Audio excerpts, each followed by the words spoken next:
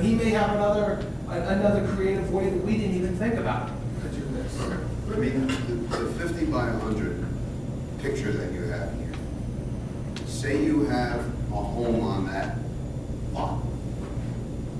Now, Right. there's only 2 parking spots there. You are putting 5 cars now in this duplex with 2 families, not 1 family. So I think you're ahead of the game by at least 1 spot. Except for the fact that they're pulling up if they get home early, and a lot of those people do work from home, and they're taking those Michael, spots. right off the get-go, you have the same for same with 4 cars off the street. What we know now, all we know now is that it's a complete driveway, and they're No, taking no, those I'm not spots. talking about a complete driveway. I'm talking about the first Right. pictorial. Well, that's what's happening. This is not realistic right now. This is not happening now. What's happening now is the whole thing is a driveway. But you are not losing anything with the first one, even if you don't put that one. Oh, I like the first one, is that what you're saying? Yeah. Oh, I do. Sorry. I think it's Yeah. a brainer. Well, but what he's saying The is. second one's gonna be But different. we're not making a plan. What we need to, I mean, right, so what we're Right. saying is we need I to understand. tweak the ordinance to make it more realistic so that the Board of Adjustment doesn't keep giving them complete. And no one's We want the building one. one-car garages anymore. I think that's the solution. Nobody, you know, I mean, that's. that is Exhibit very A, fun. the first one is not what's going on. Right. Right, but that's basically on a 50 by 100 lot, that is pretty much almost what you can build. If you're looking at 2 duplexes or 2 single-family homes like that, that's basically what you're, well, not 2 single-family homes, but that's about what you're gonna get without coming in for any variances. Right. But what's happening is more people are coming in with duplexes, and they're asking for side yard variances. Sometimes they're asking for rear yard, they're asking for height, and that all is a factor of the slopes that they're dealing with, and they're asking for the 2-car garage in each one of them, and straight on. That seems to be, That's what's going on. that seems to be more than not, that's our I haven't applications seen that we're looking a at. single driveway and a one-car garage, an eight-car garage in a long time. So where are we at? It's not on plan, right? We tabled it, right? But one more concern that I have is, this will cantilevering the front of the home, that is going to structurally change how the home's going to be built, obviously. And Absolutely, yes. There's gonna be a cost involved, I don't know what that cost is, but there's obviously an increased construction cost to cantilever a building.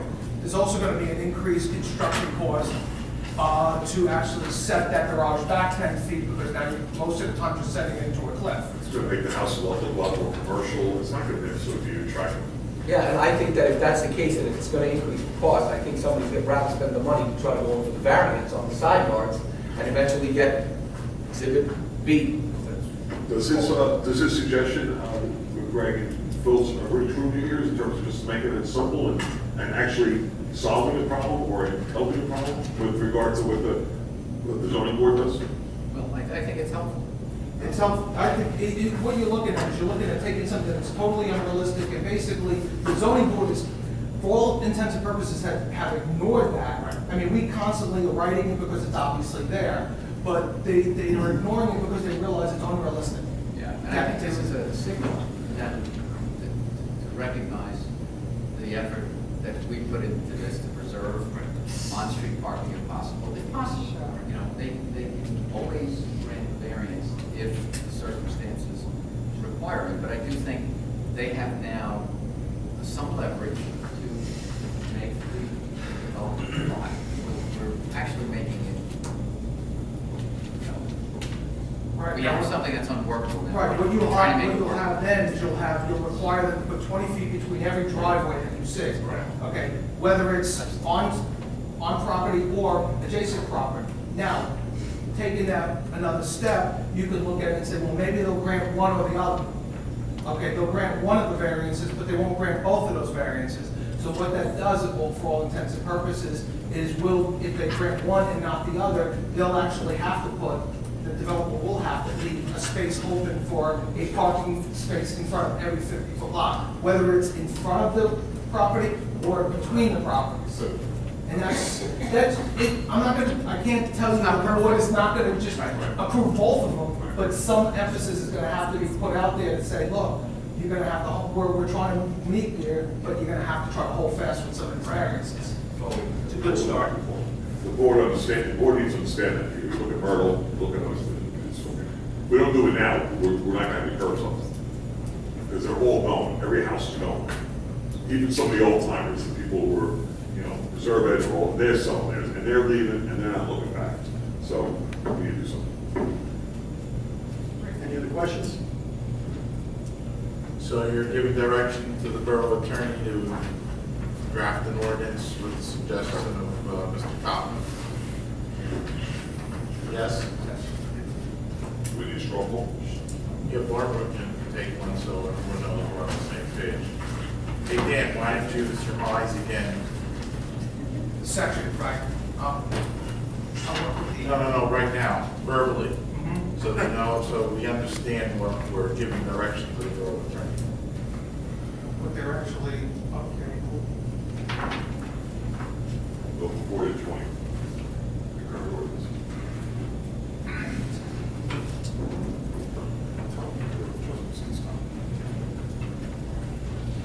Looking for the section, because the section was in the original proposed ordinance, but then the ordinance went even further.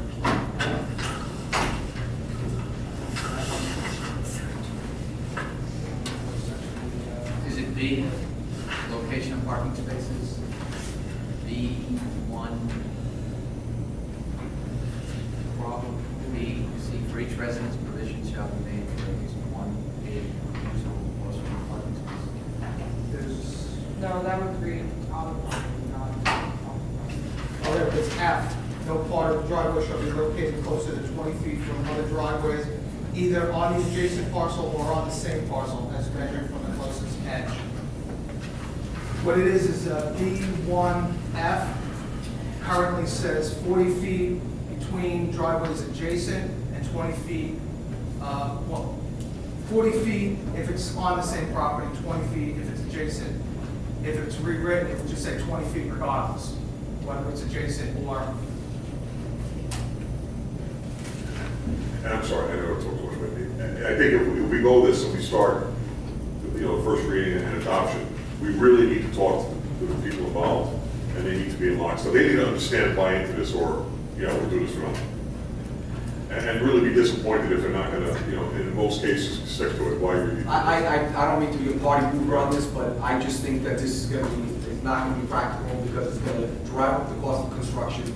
And that's great, there's no harm in passing it, because if you get somebody who wants to do this, Right. and it's up to them, it's their prerogative if they wanna spend the additional money for the build out. But what I think is gonna happen is that you're gonna get somebody who's gonna say, you know what, I'd rather try to move the variance on the side yards, create a two-car garage on each side, I'm gonna skip this. Well, why does the first one have to be cantilevered? That's what we have today. Because you still have to cantilever this, right? Your first design is cantilever. No, it's not. Sure it is. These are all cantilevered, but basically, all we're asking, all we were suggesting is we weren't even dealing with cantilever or any of that. We were just saying, just change the one section of the ordinance from 40 feet to 20 feet. Let the developer figure out whether he wanted a cantilever, whether he wanted to set the building back, whether he wanted to. You don't have to. You don't have to Most of them cantilever. don't. You just drive off. The one that was suggested, I see what you're doing. just eliminate the ordinance, the proposed changes other than one proposed change and say, require them instead of 40 foot, require them 20 foot, which is more realistic. And then emphasize to the board that that's what we want to hold fast to try to figure a way to gain spaces. Is this in between properties or? It will be either 20 feet in between, it's actually technically the way the ordinance would be written, it would be 20 feet between properties and 20 feet on the property. So every driveway would have that 20 feet between it. What we're saying is from a practical standpoint, the board would have the ability to grant, technically they could grant both variances, but what the emphasis needs to be put on is the fact that if you're gonna grant the variance, grant one or the other, don't grant them both. Because if you grant them both, then you're gonna lose the driveway altogether. You're gonna lose or curb. But if you grant one or the other, you're essentially gonna gain an extra parking space on every 50-foot lot. What I don't understand though about this cantilever, I live on Undercliff Avenue. There's houses that are built right now without a cantilever. And I see a car parked in front of their garage door. And Yeah, I just don't understand why do we even have to bring up cantilever? what's the difference in just lowering the curbs? If you drive down Undercliff tonight, It's just a whole curb cut now, and all we're doing is making a spot. all I'm saying is, I don't know why you're bringing in cantilever, because there's a car right now Yeah. parked in front of the garage door. The first plan doesn't need a cantilever. It could be done, it's done now without a cantilever, everywhere you look. But you're only In order- parking the one way- car. the way this But you is- only parked one car, which shows on the map. One of the reasons why you need a cantilever, well, you don't necessarily need a cantilever. Okay. But here's what's gonna happen though. You need to go back, instead of going back to the typical 10, 20 feet from the property line, you gotta go back about 30 feet to get that swing. But what he's saying is today, in all the spots, there's cars parked in the driveways and in the garage, so what's the difference? It's the swing, he's talking It's the about swing, the if you swing. wanted the swing, and when we were looking at this, the reason why the cantilever came in is because we're looking at necking down the Oh, curb I cuts see. and putting To that get parking the space 20 and get the 20. Right. That's the only reason that you really need a cantilever. If you're gonna put straight driveways, then you don't need. I think that's a fair trade-off. Then you could basically go with, you could go with straight driveways, you could let them figure out where the extra parking spaces are going, and then they can basically put the building, or put the garage back 20 feet and put a parking space in the front. The only thing they would need at that point is, what's it, 5 feet, I think? You can't park within 5 feet of the front yard.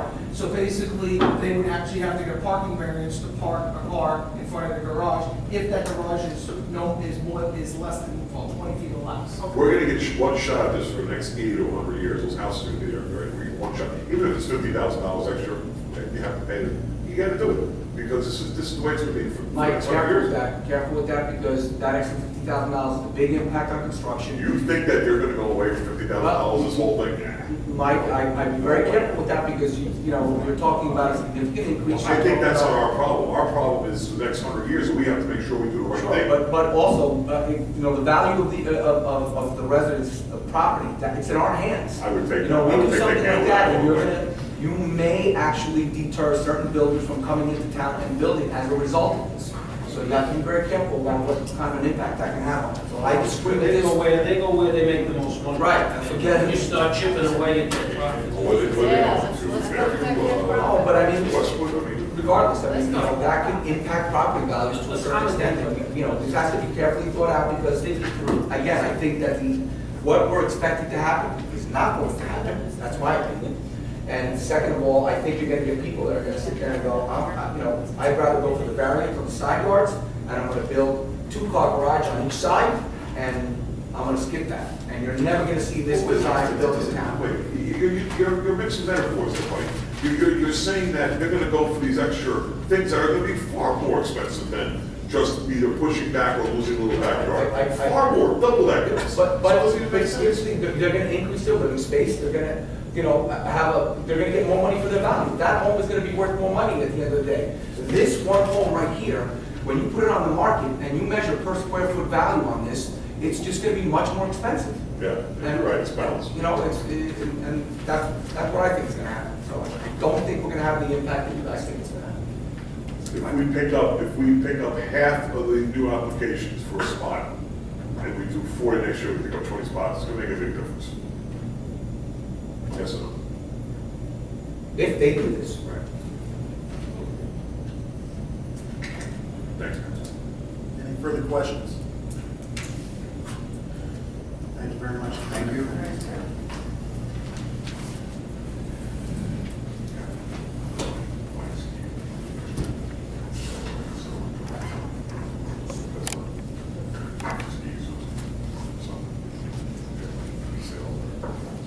Then I'll, okay.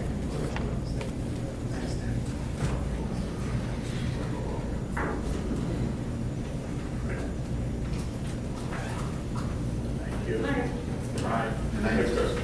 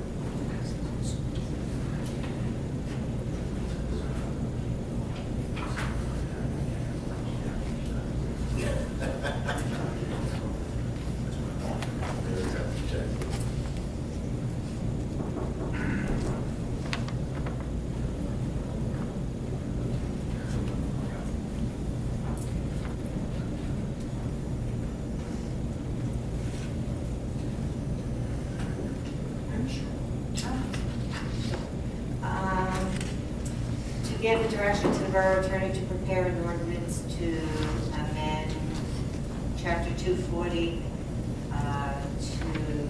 does this reflect in section B1F, which would be from 40 feet to 20 feet regardless? Is that correct? Yeah, it's generally The gist the of it? general concept, but, you know, we love to work that. So we'll present that at the next work session. So Councilman Henwood? Yes. Councilman Doran? Yes. Councilman Lozey? Yes. Councilman Fidel? No. And Councilman Bartolome? No. Motion passes. 2. This time, I'd like to close the meeting to the public. Anyone wish to be heard? Mayor?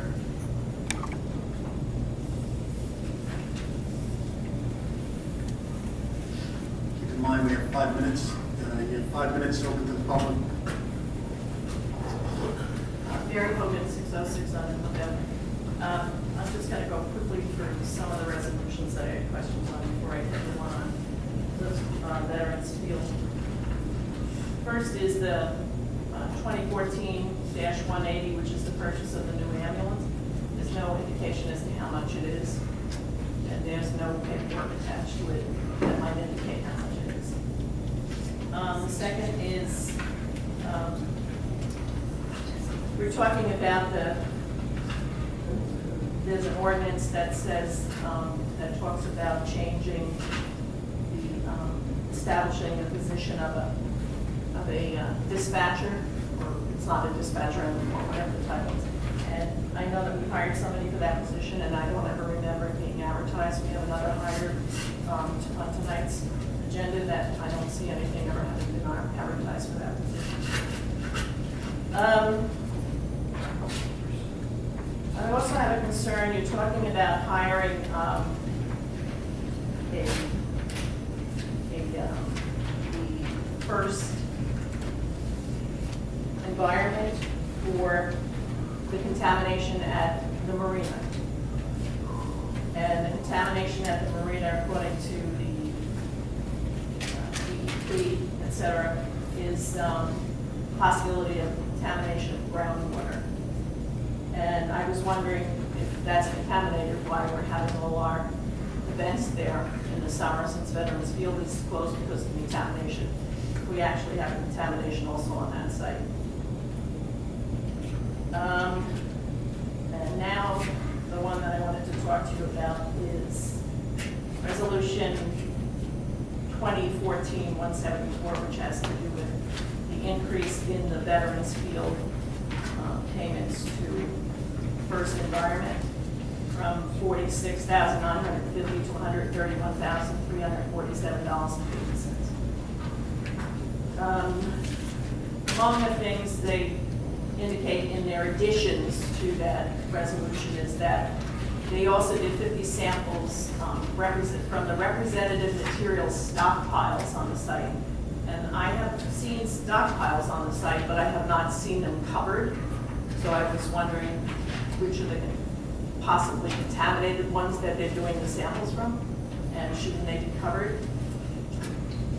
They also increased what they had to do by over $40,000 because to accommodate requests from council members.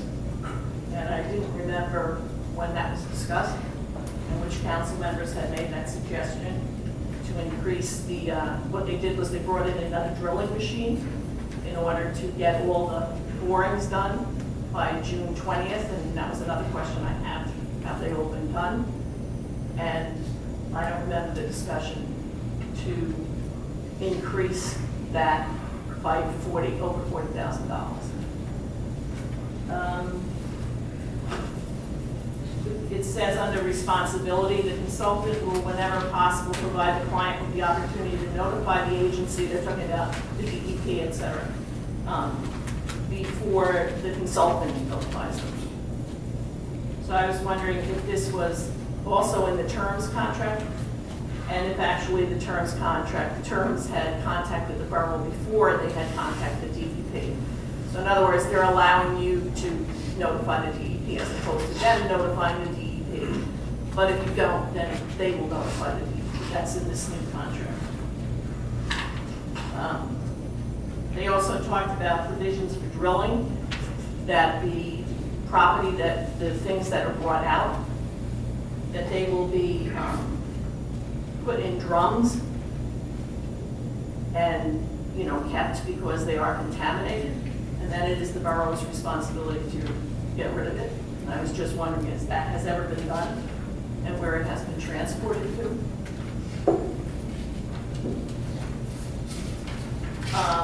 It also, in this contract, talks about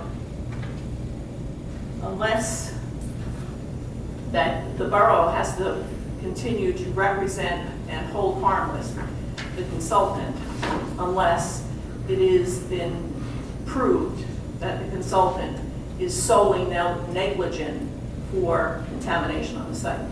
And I just wanted to know if that clause was also in the terms contract, and do we still have an obligation to represent terms on that application, especially since terms has now filed a court notice saying that they are have the possibility of intending to sue the town for being fired because it was based on Mr. Dives and Waterford Construction telling the town that we should fire him. Thank you. Anyone else wish to be heard? Tommy?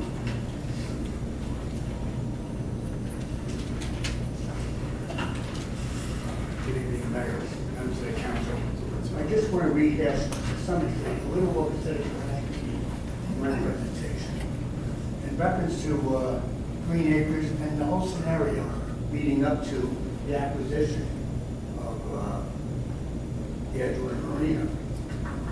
When I stated at the last meeting that Veterans Fields was given away, I'm correct. I'm going to tell you a little history because I went back through the minutes. This isn't conjecture or political answer. This is our minutes adopted by many of the prior officials themselves, by their vote on the minutes. This all started off at the referendum, of which 3 cents per 100 for the amortization of the $2.3 million. Subsequent to that, on March 6, 2000, it was Councilwoman Hogan that suggested to the council that we apply for state monies over and beyond the $2.3 million that the voters approved in November. So even within that short time frame, if you read the commentary and back and forth among the respective members, you've seen the growing concern and paranoia set in that this isn't going to work out with the acquisition and improvement of the Richmond Marina or Edgewater Marina for the designated sum of $2.3 million. That same evening, on March 6, 2000, was the initial discussion brought about by Mayor Christensen about the ferry service in Edgewater, brought upon by the Port Authority. On July 10th, 2000, the ordinance 1186, 2000, allocating the 3 cents per 100 because you need an ordinance in order to procure revenue. That was passed by a 4-2 vote. And at the last meeting, the one thing I do agree with Valerie, which he brought up the name of Mr. DeStatnik, he did vote for Green Acres.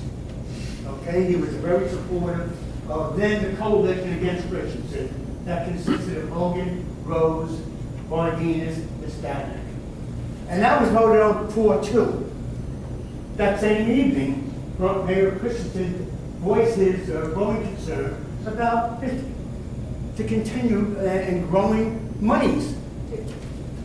On August 7th, he submitted his letter vetoing that prior ordinance 1186-2000, and for 3 specific reasons. This is well beyond the $4 million estimated cost. The council at that point in time said at 2.3, they went for a new appraisal of 3.5 million. And you're talking instead of $5 to $6 million range, even in this relatively short period of time. And the three questions, I'll be explicit. How much will additional funding cost for the purchase and rehabilitation come from? How much will the annual operating cost be? And how will operating cost the marina once we take it? Now, you folks weren't even involved in $1 spent, but yet you're in your budget, or in budget prior, you're carrying for the extraction of silt in order to make high water at low tide. That cost you millions. The town spent $1 million of their own money. If you look at the Steve Wilcox's breakdown, over and above the monies acquired from open revenue from the Bergen County Open Space, $2 million. And the original application was for $3,700,000, which I never knew about. It's not the 2.1. The original application of Green Acres was for $3,700,000. And as I said, it passed 4-1 with one absence. Corcoran was absent. Merce voted no against every Green Acre.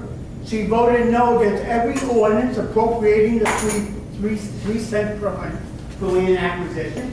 And it even got to a point where when the improvements were made by our money, that Hogan and Bardinas and that little coalition, except this is where the static broke loose.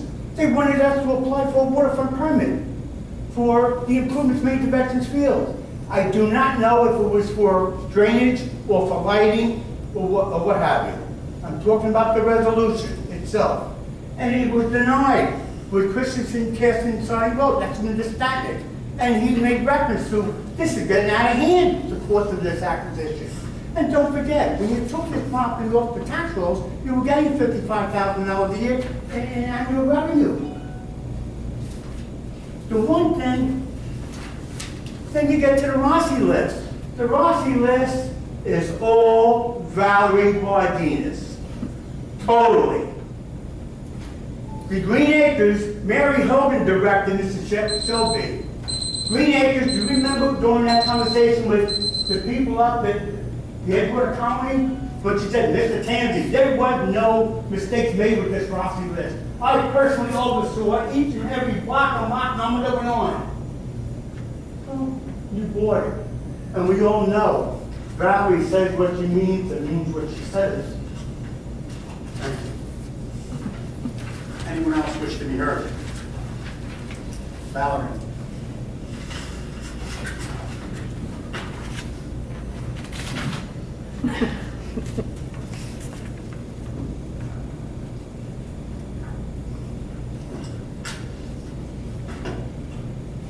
Valerie Bardina, 16 Hudson Terrace.